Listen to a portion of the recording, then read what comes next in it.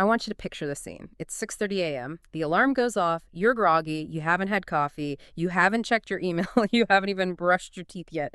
But there's one universal ritual that almost every single human being performs before they do anything else. We either look out the window, or more likely these days, we glance at a little icon on our phone screen. And we ask one question. How is the weather today? Exactly. It is the fundamental question. It's the first calibration we make for the day. And today, we're going to do something a little different. We are doing a deep dive into a text called Adam's Essential Guide to the Weather. Now, I have to be honest with you and with you, our listeners. When I first looked at the source material, I thought, okay, this seems incredibly simple. It reads almost like a primer for someone who has never experienced Earth before. It does, doesn't it? It's deceptive. On the surface, Adam's Essential Guide looks like a basic vocabulary list or maybe a guide for language learners. But when you actually sit with it, which is what we're doing today, you realize it's actually a pretty profound meditation on the human condition. It just strips away all the noise and forces us to look at the environmental backdrop that dictates literally everything we do. That's the angle I want to take. Because we usually think of weather as small talk. Oh, nice day out, or looks like rain, it's filler. But this text argues that weather is actually the primary architect of our reality. It says we feel it, we see it, we live with it. It's not optional. And that's the key takeaway right from the start. We have this illusion of control in our modern lives. We have climate control. We have Gore-Tex. We have heated seats. We think we've, conquered the elements. But Adam's Guide is this gentle, firm reminder that we are still biological organisms living inside a fishbowl of gases. So the mission of this deep dive is to really unpack that relationship. How does the condition of the air shape our psychology, our logistics, and even our social connections? So let's start with the basics. The guide has to define its terms. And frankly, in an age where we have Doppler radar and hyperlocal forecasting apps, the definition here feels almost quaint. It is quaint, but it's also scientifically pure. The text defines weather simply as the condition of the air in the sky in a place at a certain time. Condition of the air in the sky. Just think about that. It doesn't mention high-pressure systems or isobars. It asks you to look up and feel the air. It grounds the definition in immediate physical sensation. And then it lists the variables. These are the levers that nature pulls. Temperature, sun, clouds. Rain, wind, heat, and cold. The very basics. It's a very elemental list. But what stood out to me was the immediate pivot to what I'm calling the impact radius. The text doesn't just say it rains. It immediately says, because it rains, this happens to you. And the first thing in the line of fire, clothes. The most immediate armor we have. It's fascinating that the text puts clothing right at the top. It suggests that our first response to the environment is always defensive or adaptive. We have to wrap ourselves in technology, which is what clothing is, just to survive the condition of the air. But it goes beyond just survival. The guide lists 3 major areas of impact: clothes, work and travel, and mood. I think the work and travel part is obvious. If it snows, the bus is late. But mood, that feels like a big claim for such a simple text. It is a big claim, but it's the central thesis of the guide. It says the weather can change every day. The weather can change every hour. And because of that constant flux, our internal state is constantly being pulled around. We like to think our mood comes from our career or our relationships, but Adam is suggesting that a huge chunk of how you feel right now is just a biochemical response to barometric pressure and light levels. Okay, so let's test that theory. The guide walks us through the spectrum of weather, and it starts with the crowd favorite: sunny weather. The ideal state. The visual here is classic. Blue sky, bright light. But the text makes a specific correlation to the internal state. It says, when it's sunny, I feel active, I feel happy, I feel relaxed. Now, I have to play devil's advocate here a little bit. Is it always that simple? Does sunny weather automatically equal happiness? Well, the text argues yes, but look at the specific words used: active and relaxed. Those seem like opposites, don't they? But in the context of the sun, they work together. Active means you have the energy to move. Solar energy essentially translates to human energy. Relaxed means you aren't fighting the environment. You aren't hunched over against the wind. The text says sunny weather makes life feel easier and brighter. Easier is the word that stuck with me. It implies that bad weather introduces friction. Sunny weather removes it. Exactly. And look at the behavior of the text links to this: going outside, walking in the street, sitting in parks. These are communal activities. Sunny weather dissolves the walls between us. We leave our little boxes. And the wardrobe t-shirts, light pants, is all about removing layers. It's about vulnerability and openness. So if sunny is the easy mode, the guide quickly warns us that the spectrum can tip too far. We move from sunny to hot. And the shift in language here is really interesting. The sun goes from being bright to being strong. That's a crucial distinction.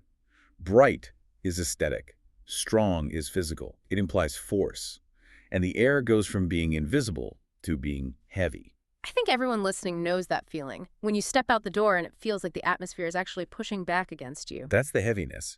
And the text is very clear about the physiological tax this takes. It lists sweating, feeling tired, feeling slow, and thirsty. See, that's where I think this guide is so clever. We often criticize ourselves for being lazy in the summer. We say, I'm so unproductive today. But Adam's guide validates that sensation. It says you feel slow. It's not a character flaw. It's a biological imperative. Right.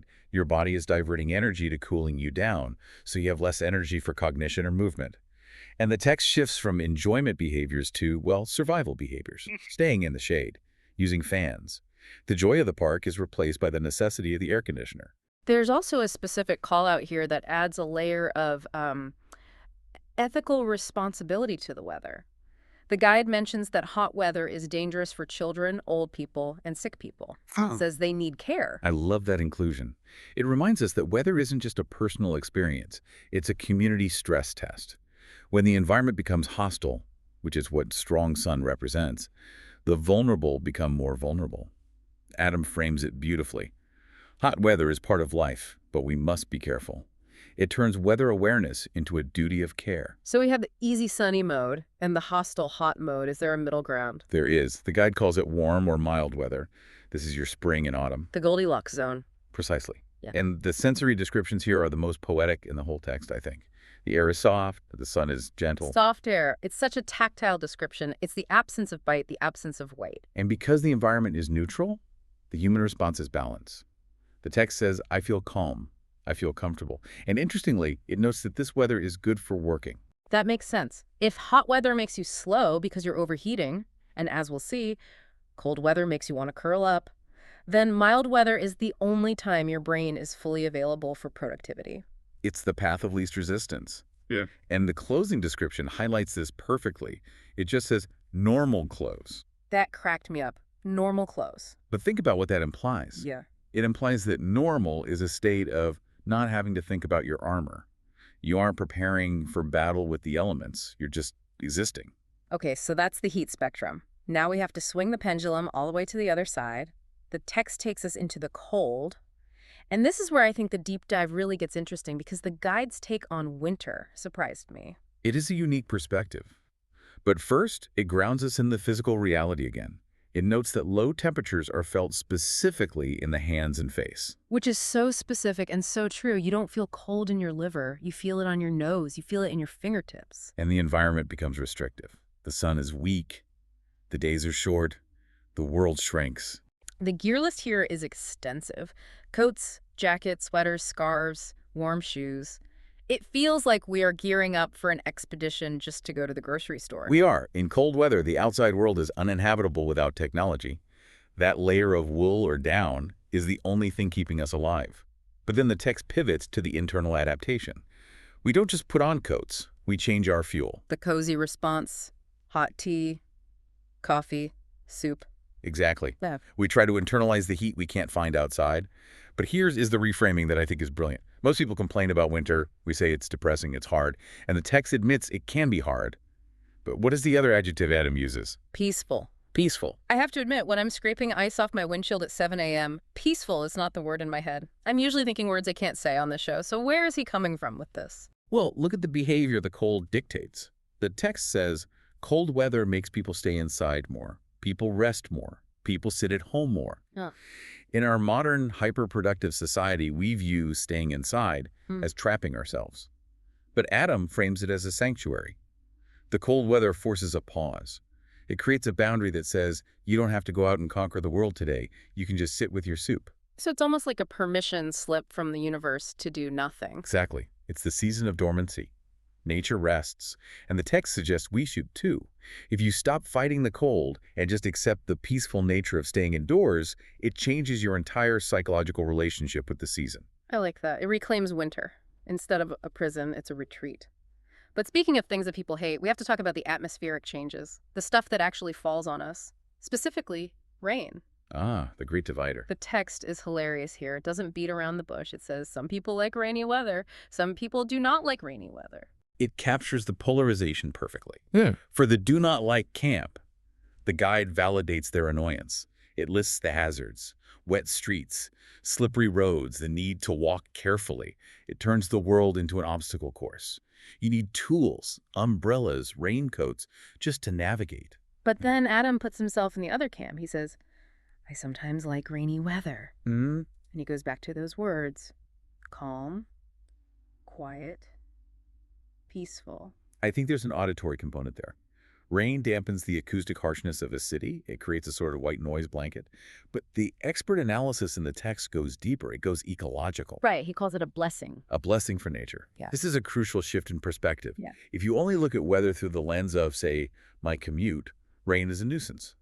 But if you look at it through the lens of the planet, rain is blood. It helps plants grow. It helps trees live. The text reminds us that the weather isn't happening to us. It's happening for the biosphere. It's a check on our ego. We aren't the main characters. The trees are. We're just getting wet in the process. Essentially, yes. Closely related to rain is cloudy weather.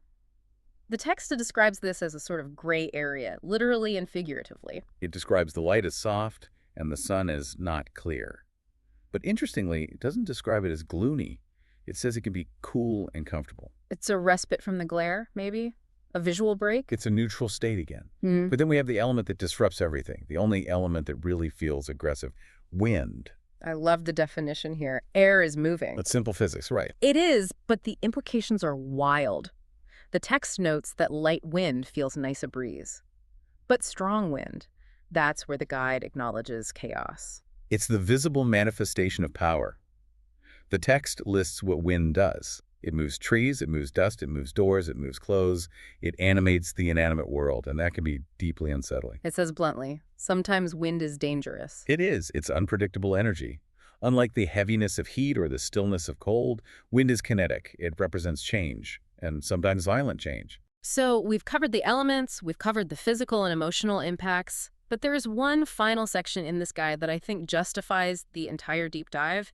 It steps away from the meteorology and talks about the social function of weather. This is the meta layer. The guide argues that talking about the weather isn't just filling silence. It's a critical tool for human connection. It calls weather talk easy and a good way to start a conversation. And we usually mock that, right? We mock people who talk about the weather because it seems boring. We do, but we're missing the point. The text says talking about the weather helps people connect. Think about it. In a polarized world where every topic can lead to an argument, politics, religion, economics, the weather is the one shared reality we have. We're all standing under the same sky. So when I say, wow, it's hot today, and you say, yeah, it's scorching, we aren't exchanging data. I know it's hot. You know it's hot. We're synchronizing. Exactly. It's phatic communication.